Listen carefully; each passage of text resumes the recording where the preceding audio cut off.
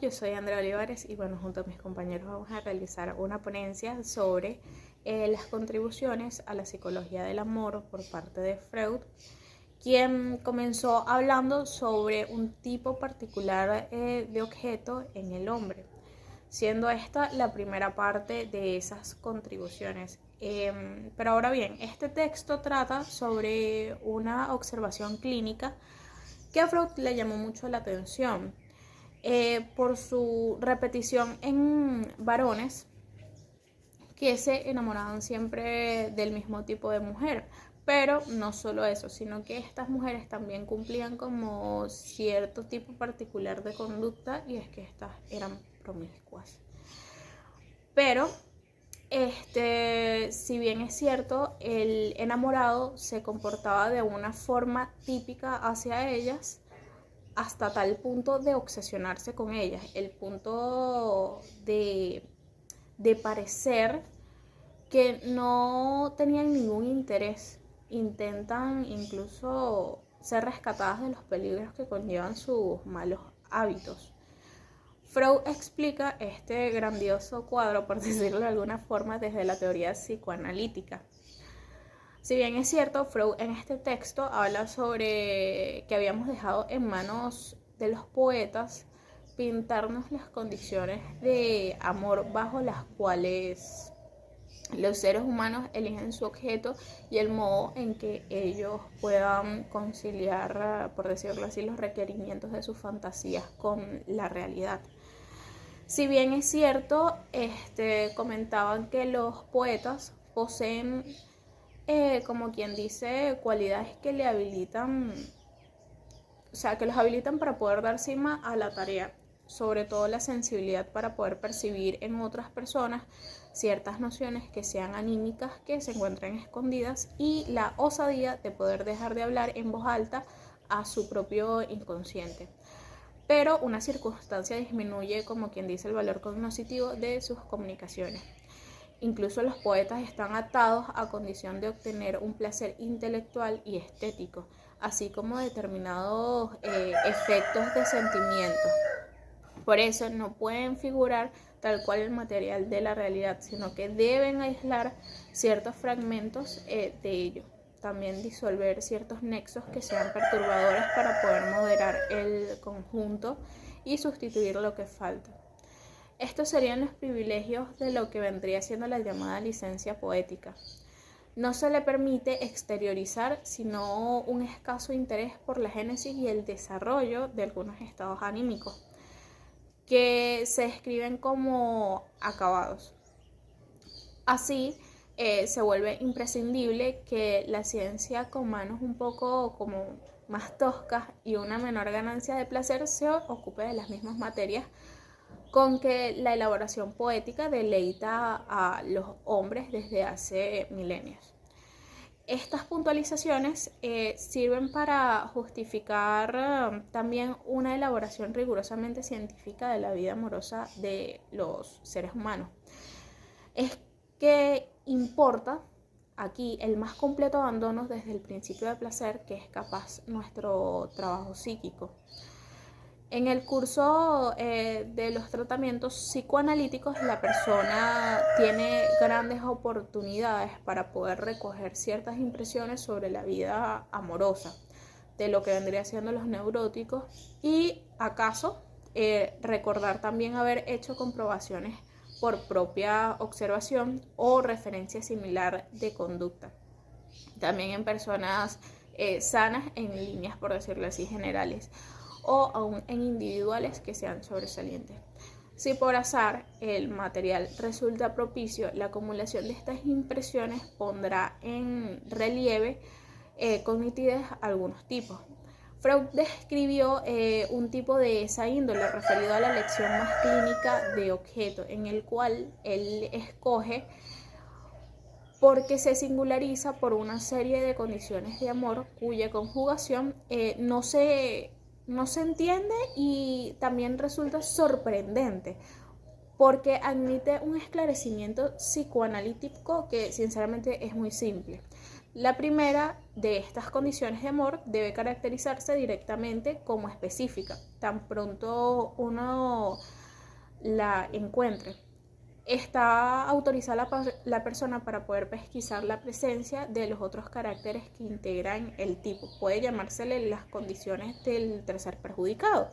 Básicamente su contenido es que la persona nunca elige como un objeto amoroso a una mujer libre, quiere decir a una mujer que se encuentre sola, sino a una mujer quien a otro hombre pueda pretender derechos de propiedad de su misma condición de marido, prometido o incluso amigo. En muchos casos esta condición demuestra ser tan implacable que una misma mujer puede ser primero ignorada o desairada cuando no pertenece a nadie, convirtiéndose de pronto en el objeto de enamoramiento al entrar en una de las mencionadas relaciones con otro hombre.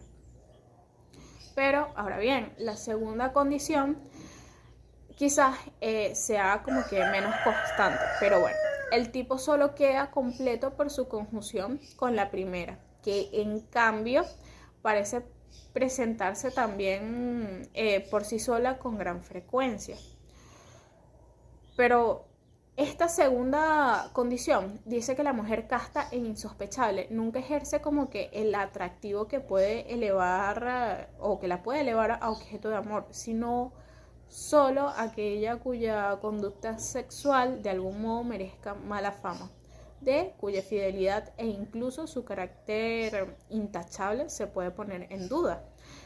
Este último rasgo puede variar dentro de una serie de significativas, desde la ligera sombra que pese a sobre la fama de una esposa inclinada al flirt, que quiere decir coqueta, hasta la poligamia de una cortesana. Lo cierto es que el hombre perteneciente a este tipo no renunciará nunca a algo de esta clase. Esto se designa como la condición del amor por mujeres fáciles. Así como la primera condición daba pie para poder satisfacer ciertas nociones hostiles al hombre a quien se arrebataba la mujer amada, esta segunda, la de la liviandad, la mujer se relaciona con el quehacer de los celos, que parecen constituir una necesidad para el amante de este tipo. Solo cuando puede albergarlos logra la pasión, por decirlo así, su cima, ya que adquiere la mujer su valor pleno y nunca omitirá apoderarse de una ocasión que le consienta vivenciar intensas sensaciones. Hay algo que es notable y es que estos celos jamás se dirigen al poseedor legítimo de la amada, sino a extrañas recién llegadas en relación con quienes se pueden alentar sospechas de ella. En los casos más acusados, el amante no muestra ningún deseo de poseer para así solo a la mujer y parece sentirse enteramente cómodo dentro de la relación triangular, por decirlo de alguna forma. Freud habló sobre uno de sus pacientes quien había sufrido horriblemente con los deslices de su dama. No presentó objeción alguna a su casamiento y aún lo promovió por todos los medios y durante años no sintió ni sombra de los celos hacia el marido. Otro caso que había mostrado grandes celos hacia el marido, que si bien es cierto, en su primer vínculo amoroso había, como quien dice, obligado a la dama a suspender el comercio marital, pero en sus numerosos enredos posteriormente se comportó como los otros y dejó de considerar perturbador a lo que vendría siendo el marido legítimo. Hola a todos, les habla Michelle Cabot. Yo les voy a hablar un poquito sobre las condiciones de amor.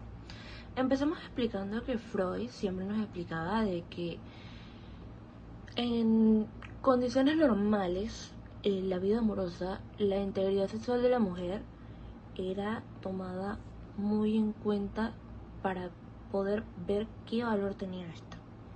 Es decir, si la mujer, esta integridad sexual la integraba de una manera con livianidad, de alguna manera sencilla, a cualquier hombre, esto rebajaba su valor como mujer y cómo la vería el hombre con el cual ella estuviera o hasta la sociedad. Posiblemente no llegara a tener una pareja. Digamos que esto se sigue cumpliendo y se sigue viendo de esta manera, ¿sí? Pero ¿qué sucedía con esto cuando te das cuenta de que hay ciertos tipos de sujetos que están, digámoslo de alguna manera, obsesionados con encontrar este tipo de mujer y que consideran que es el único tipo de mujer digna con los que ellos puedan tener una relación? Que consideran que la mujer tiene que tener la integridad sexual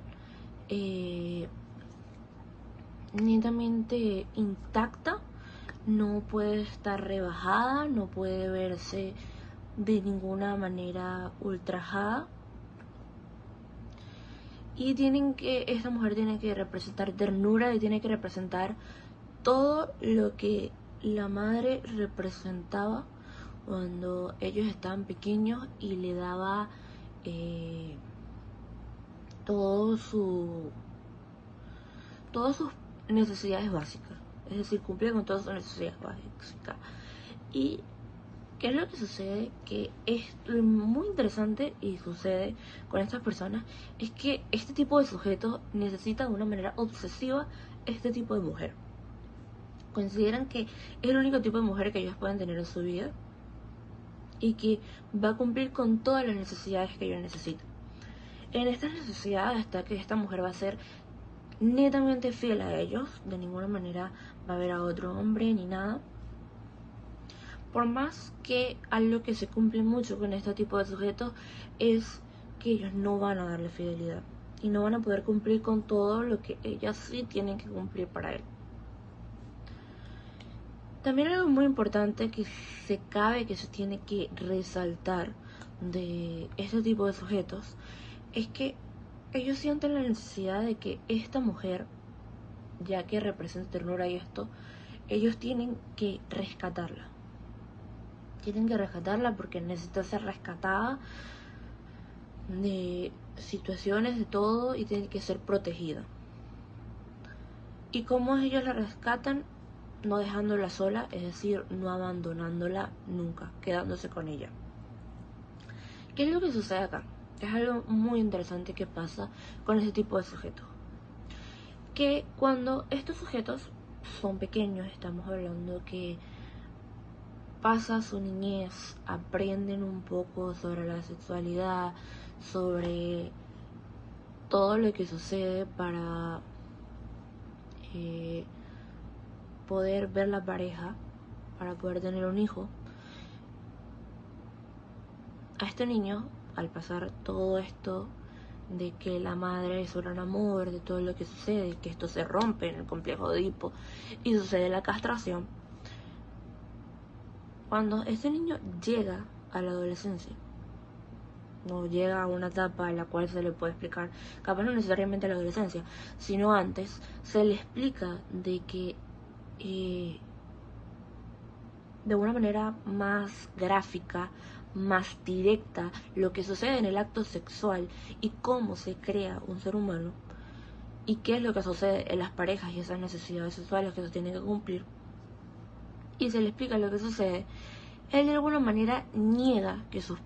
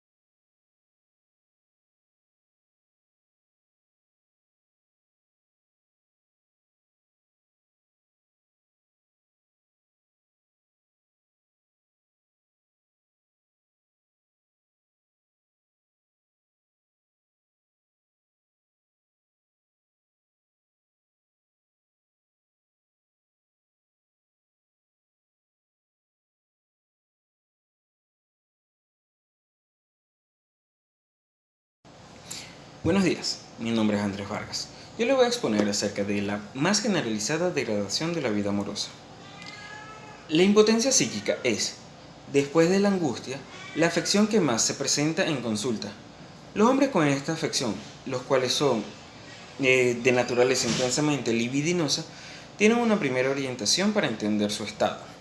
Al ver que esta denegación del órgano ejecutivo de la sexualidad solo surge con ciertas personas.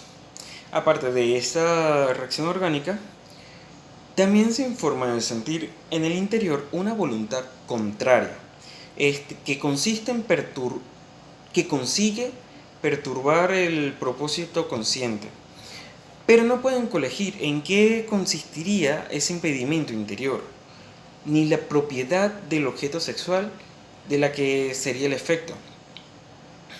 Si esta situación se produce repetidamente, se juzgará que fue el recuerdo de la primera vez, una primera vez perturbadora, que funge como representación angustiante, y por lo tanto provocará estas repeticiones. Y en cuanto a esa primera vez, se le reconducirá a una impresión casual. Entonces, en los estudios psicoanalíticos se obtiene que la impotencia psíquica tiene un fundamento en la inhibición de la historia del desarrollo de la libido hasta su plasmación definitiva y merecedora de llamarse normal. En estos casos, una de las dos corrientes necesarias para que se asegure una conducta amorosa plenamente normal mediante la reunión de estas no está fluyendo. Estas dos corrientes pueden distinguirse entre ellas como la corriente tierna y la sensual. Entre estas corrientes, la tierna es la más antigua, viene de la primera infancia y se forma a través de los intereses de la pulsión de la autoconservación. Esta es dirigida hacia aquellos miembros de la familia y hacia todos los encargados de la crianza del niño. Desde el comienzo ha recibido aportes de las pulsiones sexuales, acogiendo comportamientos de interés erótico que ya en la infancia fueron más o menos nítidos. Estas corresponden a la elección infantil de objeto. Estas hallan sus primeros objetos apuntalándose en las estimaciones de las pulsiones yoicas. La ternura de los padres y de las personas a cargo de la crianza contribuyen en mucho a acrecentar los aportes del erotismo a las investiduras de las pulsiones yoicas en el niño. Okay. Las fijaciones tiernas del niño continúan a lo largo de la infancia. Estas van adquiriendo cada vez más de un erotismo, que es desviado de sus metas sexuales. Pero en el momento en el que el sujeto llega a la pubertad, se añade la corriente sexual, ya aparece la corriente sexual. Esta ya no busca ignorar sus metas sexuales. El sujeto, al verse obstaculizado por la barrera del incesto que anteriormente fue impuesta, va a exteriorizar las intenciones de querer hallar lo más pronto posible el paso de esos objetos que son inapropiados en la realidad hacia otros objetos con los cuales puedan cumplir una vida real, una vida sexual. El varón dejará a su familia, dejará a su madre y a su padre y se allegará a su mujer, quedando así conjugado tanto la corriente de la ternura y la sexual. Existen dos factores que contribuyen decisivamente al fracaso de este progreso en el curso del desarrollo de la libido. En primer lugar, tenemos la medida de la frustración real que contraríe la nueva elección de objeto y la desvalorización para el individuo. En segundo lugar, nos encontraremos con la medida de la atracción que sean capaces de exteriorizar los objetos infantiles, que han de abandonarse y que es proporcional a las investiduras eróticas que les cupo todavía en la niñez. Si estos dos factores son lo bastante fuertes, entrará en acción el mecanismo universal de la formación de neurosis. La libido se extraña de la realidad y es acogida por actividades de la fantasía, reforzando imágenes de los primeros objetos sexuales y fijándose en estos. Pero el impedimento del incesto constriñe a la libido, obligando a estos objetos a permanecer en lo inconsciente.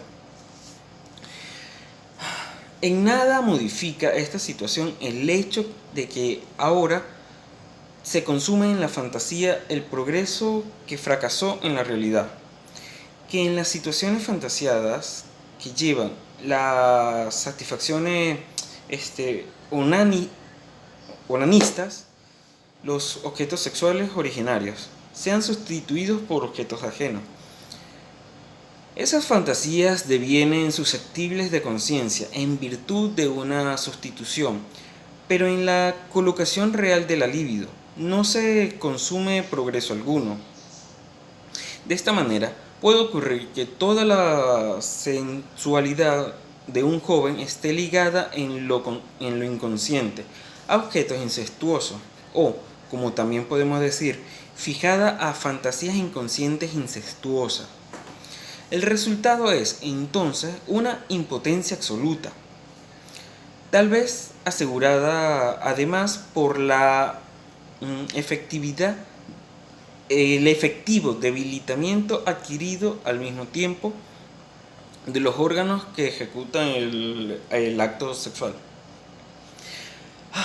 Pero para que se produzca la impotencia psíquica propiamente dicha, se requiere condiciones más benignas.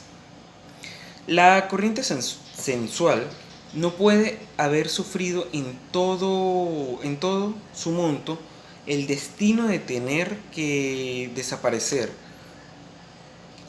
oculta tras la corriente tierna. Es preciso que se haya conservado intensas o desinhibidas en grados suficientes para conseguir en parte su salida hacia la realidad. Sin embargo, el quehacer sexual de estas personas permite discernir por lo más nítido indicio que no están respaldadas por la íntegra fuerza pulsional psíquica. Ese quehacer es caprichoso, es producido con facilidad, a menudo incorrecto en la ejecución, dispensa un goce escaso, pero sobre todo se ve precisado a esquivar la corriente tierna. Por lo tanto, se ha producido una limitación en la elección de objeto. La corriente sexual que ha permanecido activa solo busca objetos que no recuerden a las personas incestuosas que fueron prohibidas. Si de cierta persona dimana una impresión que pudiera llevarse a su elevada estima psíquica, no desemboca en una excitación de la sensual, sino que en una ternura ineficaz en lo erótico. La vida amorosa de estos seres permanece escindida en las dos orientaciones que el arte ha personificado como amor celestial y terrenal o animal. Cuando amas no anhela, y cuando anhelas no puedes amar. Buscan objetos a los que no necesariamente amas, a fin de mantener alejado su sexualidad de los objetos amados. Y luego, si en un rasgo, a menudo minio, de objeto elegido para evitar el incesto, recuerda el objeto que debe evitarse, sobreviene de acuerdo con las leyes de la sensibilidad de complejo y del retorno de lo reprimido, esas extrañas denegaciones que es la impotencia psíquica. Para protegerse de esa perturbación, el principal recurso de que se vale el hombre que se encuentra en esa escinsión amorosa consiste en la degradación psíquica del objeto sexual, al par que sobreestima que normalmente recae sobre el objeto sexual. Es rebasado por el objeto incestuoso y su subrogación y sus subrogaciones. Tan pronto se cumplen las condiciones de la degradación, la sensualidad puede exteriorizarse con libertad, desarrollar operaciones sensuales sustantivas y elevando el placer. Hay además otro nexo que contribuye a ese resultado. Personas en quienes las corrientes tiernas y la sensual no ha confluido cabalmente en una en la otra, casi siempre tienen una vida amorosa poco refinada. En ellas se ha conservado metas sexuales perversas, cuyo incumplimiento es sentido como una sensibilidad perdida de placer, pero cuyo cumplimiento solo aparece como posible en el objeto sexual degradado.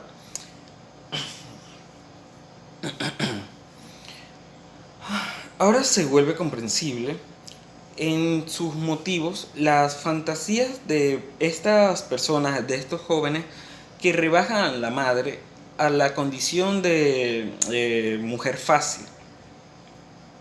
No son sino un empeño por tender un puente, al menos en la fantasía, sobre el abismo que separa estas dos corrientes de la vida amorosa, ganando a la madre como objeto por la sensualidad para la vía de su degradación. Esa fue toda mi exposición. Mi nombre es Milagros Aponte y yo continúo con las conclusiones de la impotencia psíquica. Hasta aquí nos hemos ocupado de una indagación médico-psicológica de la impotencia psíquica, no justificada por el título de este ensayo. Sin embargo, se demostrará que necesitábamos de esta introducción para obtener un camino de abordaje de nuestro tema específico. Hemos reducido la impotencia psíquica al desencuentro de la corriente tierna y la sensual en la vida amorosa de las personas, explicando a su vez esta inhibición del desarrollo mediante los influjos de las intensas fijaciones infantiles y la posterior frustración en la realidad barrera del incesto. Mediante esta doctrina cabe hacerle sobre todo una objeción. Nos proporciona demasiado, nos explica por qué ciertas personas padecen de impotencia psíquica, pero deja subsistir el enigma de que otras puedan escapar a ese padecimiento.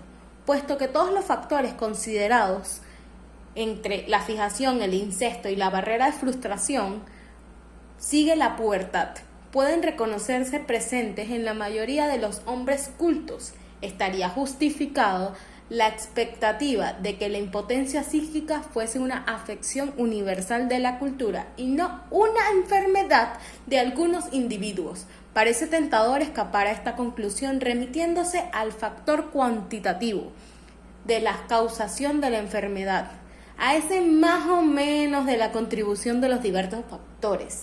Del depende de que se produzca o no un resultado patológico reconocible, pero si bien yo consideraría correcta esa respuesta, no tengo el propósito de eludir la mencionada conclusión. Por el contrario, se sustentará la tesis de que la impotencia psíquica está mucho más difundida de lo que se cree y que cierta medida de esa conducta caracterizada, de hecho, la vida amorosa del hombre. La cultura del hombre toma el concepto de la impotencia psíquica en un sentido más de limitarlo al fracaso de la acción del coito, no obtenerse el previo propósito de obtener placer y la posesión de un aparato genital intacto, conocido como la virginidad de las mujeres. En primer lugar, todos esos hombres que se designan como psicoanestésicos La acción misma no se les deniega, pero la consuman sin una particularidad ganancia de placer. Los hombres creen que sentir placer es algo de la mujer.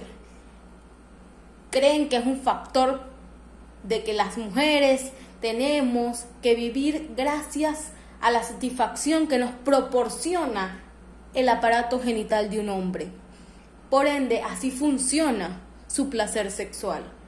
Las mujeres, hay un sinnúmero, de mujeres frígidas, cuya conducta amorosa, de hecho, no puede describirse o comprenderse.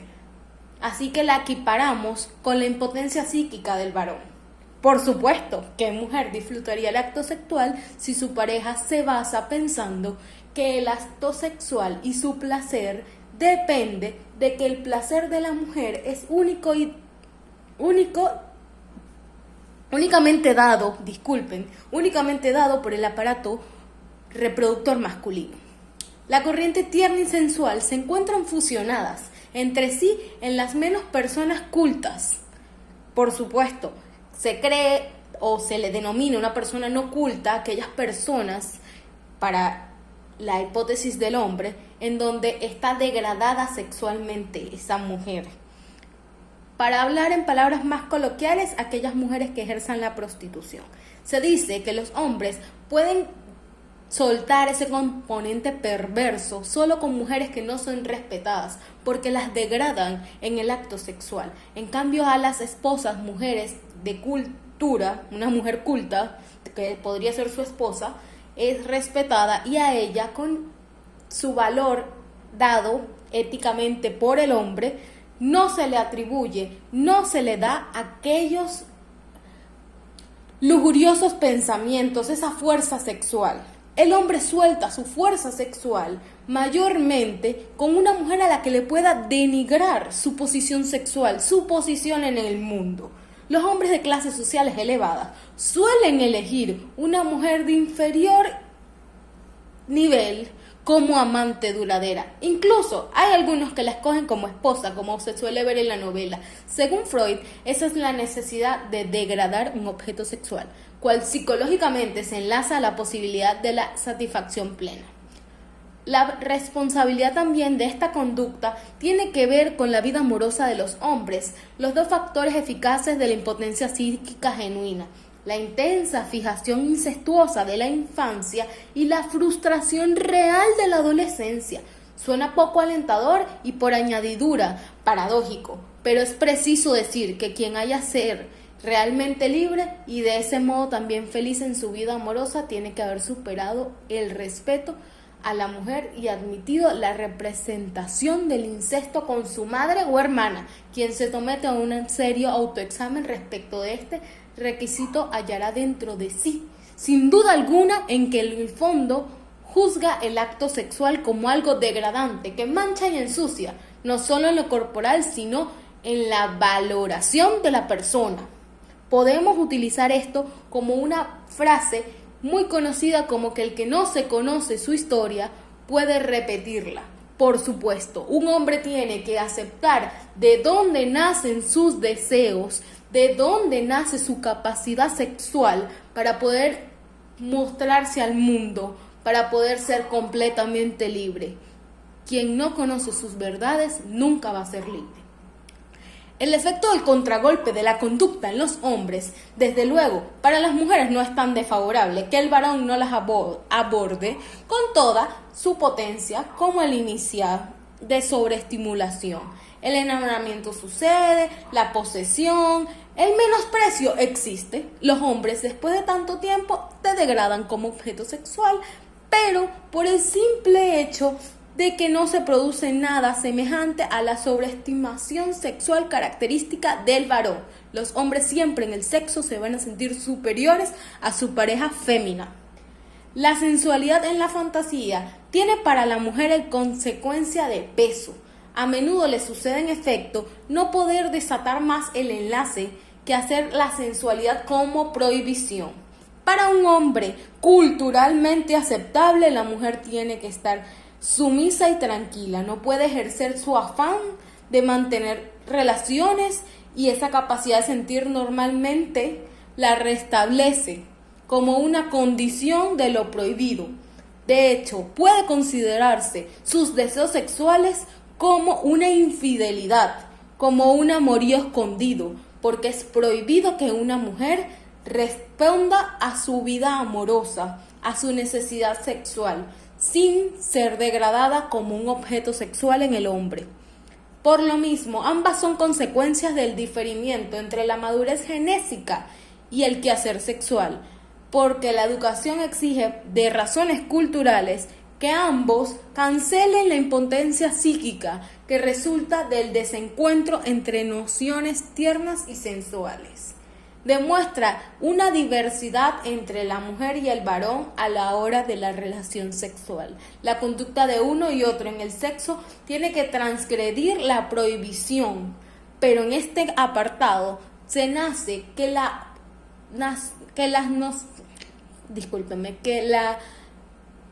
el sentir de la mujer, la sexualidad de la mujer tiene que estar cohibida. Para el hombre se necesita estar cohibida. Retoma que la última posterior vida amorosa que puede tener una mujer tiene que ser con su pareja, para poder el superfluo recordar que la investigación psicoanalítica de cualquier labor científica es ajena a toda tendencia. Solo pretende descubrir nexos reconduciendo lo manifestado en lo cultural. Por lo tanto, lo dañino puede ser más ventajoso. Por lo tanto, debería desistir la teoría del hombre y su placer sexual, porque las mujeres tienen derecho a un placer sexual, a abrirse y comentar lo que sienten, pero han de ser degradadas de nivel y a ser vistas como objetos sexuales las mujeres que tienen eso. Así que cuando al inicio comenté que los hombres suelen aflorar sus fantasías sexuales y su real placer sexual con las mujeres prostitutas, es una falacia de que para poder ver una mujer como un objeto sexual es aquella que suelte, aquella que él sea libre y sea su sexualidad una libertad. Pero vamos ahora con lo pulsional y lo líbido de lo altas resistencias naturales. La satisfacción no basta. Los hombres en todos los tiempos interpusieron unas resistencias al goce del amor. El hombre cree que no puede enamorarse, que no puede vivir el amor, que el sexo es simplemente un desahogo. Ejemplo, durante la decadencia de la cultura antigua, el amor perdió todo valor, la vida se volvió vacía e hicieron falta intensas formaciones reactivas para restablecerse los valores afectivos indispensables. Esta conexión puede aseverarse que la corriente asiática del cristianismo al amor unas valoraciones psíquicas que la antigüedad pagana no podía prestarle. Alcanzó su máxima afectividad en el catecismo de los monjes cuando explicaron que la lucha contra la tentación libidinosa existía. Siempre se ha escuchado en las religiones, no específicamente en una, que el sexo, que la liberación, que la pulsión, que ese amor, que el orgasmo no se puede dar. Se cataloga una mujer, se cataloga un hombre y se cataloga un acto por el cual todos vinimos al mundo. El acto de llegar a este mundo, el acto de hacer un niño o indiferentemente si no lo vas a hacer, es un acto simplemente de una pulsión que se sació, es un deseo. Entonces, ¿cómo satisfacer una pulsión? Se necesita satisfacerse, se necesita encontrarse, reconocerse, saber qué es lo que siente uno por dentro para poder sacar eso a flote. Desde todas las teorías, desde todas las antigüedades, el sexo ha sido marcado como tabú, pero Freud lo ve como una liberación humana, aclarando que es un conducto cultural completamente, porque netamente de la cultura se basa el sexo. ¿Por qué? Porque un hombre por cultura tiene que creerse muy macho Una mujer por cultura no puede expresar su sexualidad y una pareja en su sexualidad tienen que cumplir los roles establecidos por la cultura, que no tiene mucho sentido eso, pero Freud lo ve como un arquetipo de un matrimonio. ¿Por qué es tan diversa la relación del amante con su objeto sexual? Por extraño que suene, habría que ocuparse de la posibilidad de que haya algo en la naturaleza de la pulsión sexual misma desfavorable al logro de la satisfacción plena. De la prolongada y difícil historia de desarrollo de pulsión se destaca los factores de que sea una consecuencia de la elección de objeto en tiempos separados por la posición de la barrera del incesto. Y el objeto definitivo de la pulsión sexual ya nunca es el originario. Lógicamente, por cultura y por, no sabemos, biología, podría inferir yo, un hombre no puede satisfacer su deseo sexual con su primer objeto de amor que conocemos, que es la madre.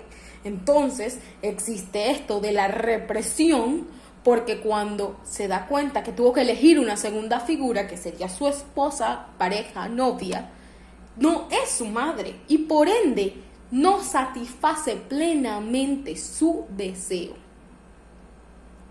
Se descompone la pulsión sexual del principio en el momento en que no es la misma objeto de valor, no es el mismo objeto de amor, el mismo objeto sexual.